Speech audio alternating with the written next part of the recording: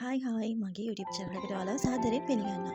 අද හදන්න යන්නේ මෙන්න මේ flower එක. ඉතින් මේ flower එකේ pattern එක ඔයාලට උඩ තියෙන picture එකකින් බලා ගන්න පුළුවන්. ඉතින් අපි ඉස්සෙල්ලම මේ pattern එක ගොතන්නේ කොහොමද කියලා බලමු. මුලින්ම අපි මෙන්න මේ විදිහට slip knot එකක් දාගන්නවා.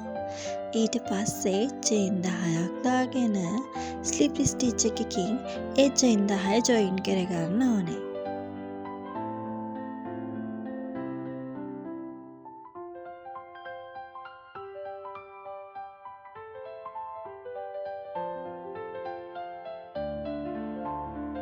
ඉතින් ඊට පස්සේ අපි කරන්නේ චේන් 3ක් උඩට ගොතාගෙන මෙන්න මේ රවුම ඇතුලෙන් අපි DC ඩබල් ක්‍රොෂේ 17ක් ගොතා ගන්න ඕනේ.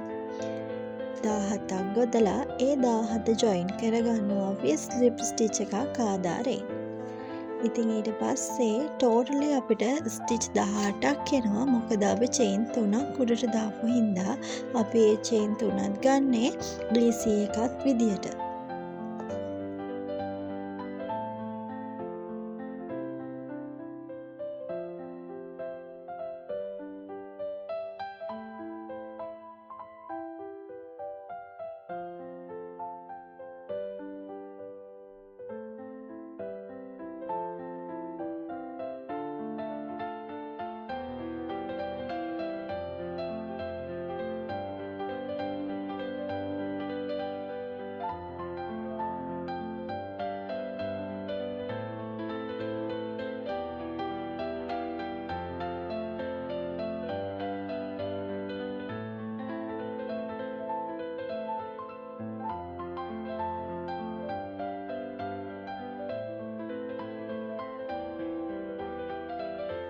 ඉතින් ඊළඟට බලමු අපේ දෙවනි රවුන්ඩ් එක මල් පෙත්ත ගොතා ගන්න විදිය. අපි චේන් 6ක් උඩට දාලා එකම ස්ටිච් එකෙන් අපි ට්‍රිපල් ක්‍රොෂේ 3ක් දාගන්නවා. ඊට පස්සේ අපි චේන් 5ක් ආයම දාගෙන මුල චේන් එකට අපි ස්ලිප් ස්ටිච් එකක් දාලා ජොයින් කරගන්නවා. ඊට පස්සේ අපි ඊළඟට හම්බෙන ස්ටිච් එකට අපි එක ස්ටිච් එකට ට්‍රිපල් ක්‍රොෂේ 3ක් ගොතා ගන්නවා. මෙන්න මේ විදිහට ට්‍රිපල් ක්‍රොෂේ 3ක් එකම ස්ටිච් එකකින් අපි ගොතා ගන්නවා. නැවතත් චේන් 6ක් දාලා ඊළඟ ස්ටිච් එකට ස්ලිප් ස්ටිච් එකක් අපි දාගන්නවා. ඊට පස්සේ ඊළඟට එන ස්ටිච් එකට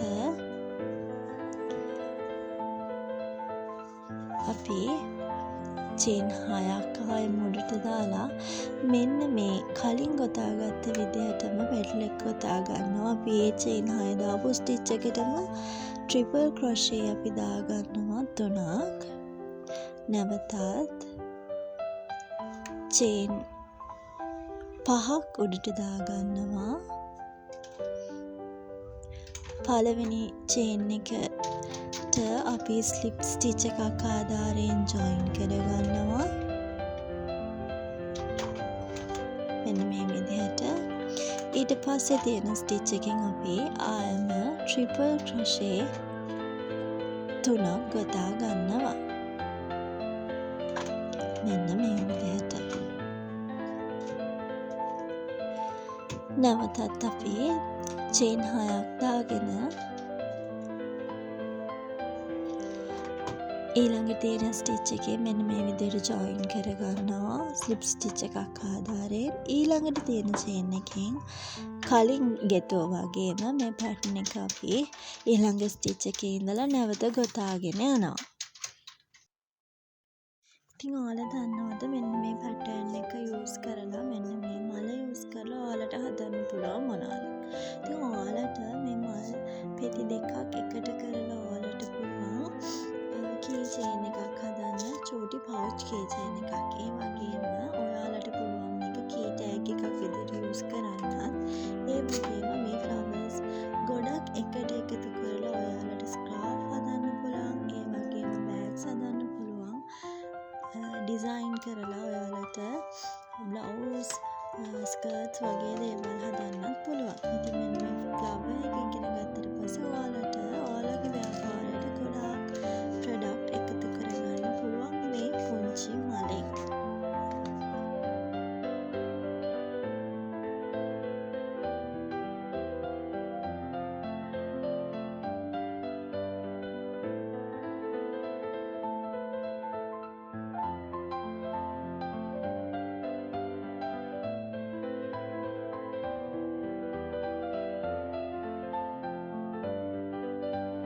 ඉතින් ඔයාලට මෙන්න මේ ෆ්ලවර් එක ප්‍රයෝජනවත් වුණා කියලා හිතෙනවා නම් සහ මේ වීඩියෝ එක ඔයාලට ප්‍රයෝජනවත් වුණා කියලා හිතෙනවා නම් අපේ YouTube channel එකත් subscribe කරගෙන යන්න. එතකොට ඔයාලට මේ වගේ ලස්සන pattern හැමදාම ඉගෙන ගන්න පුළුවන්.